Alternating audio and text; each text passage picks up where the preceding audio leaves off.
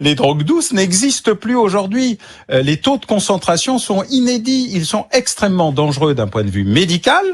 Et au lieu de répondre à la problématique, tapons les producteurs, désorganisons le reste de distribution, on a tapé sur ce qui était le plus facile et le moins efficace, le consommateur, en le traitant comme un criminel alors que c'est un addict et qu'il faudrait le traiter comme un malade. L'absence de cohérence de la politique et pénale et sociale et médicale sur ce sujet a provoqué ce phénomène qui ensuite a été totalement sous-estimé avec des moyens de policiers, de gendarmes et de magistrats extrêmement faibles qui sont submergés par l'ampleur de la tâche, non seulement dans les zones les plus dangereuses, Guyane, Martinique,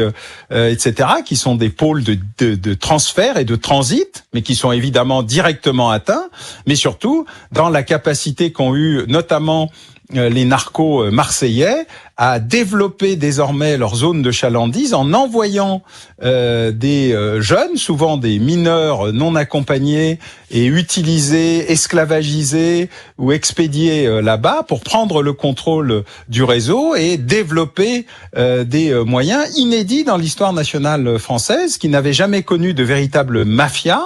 à l'exception d'une petite intrusion des Italo-Grenoblois dans les années 70, mais qui est en train de connaître la construction d'un véritable réseau par une ubérisation du trafic de stupéfiants, ce qu'on appelle désormais Ubershit, et qui permet de régler à la fois les fours, c'est-à-dire les endroits où on va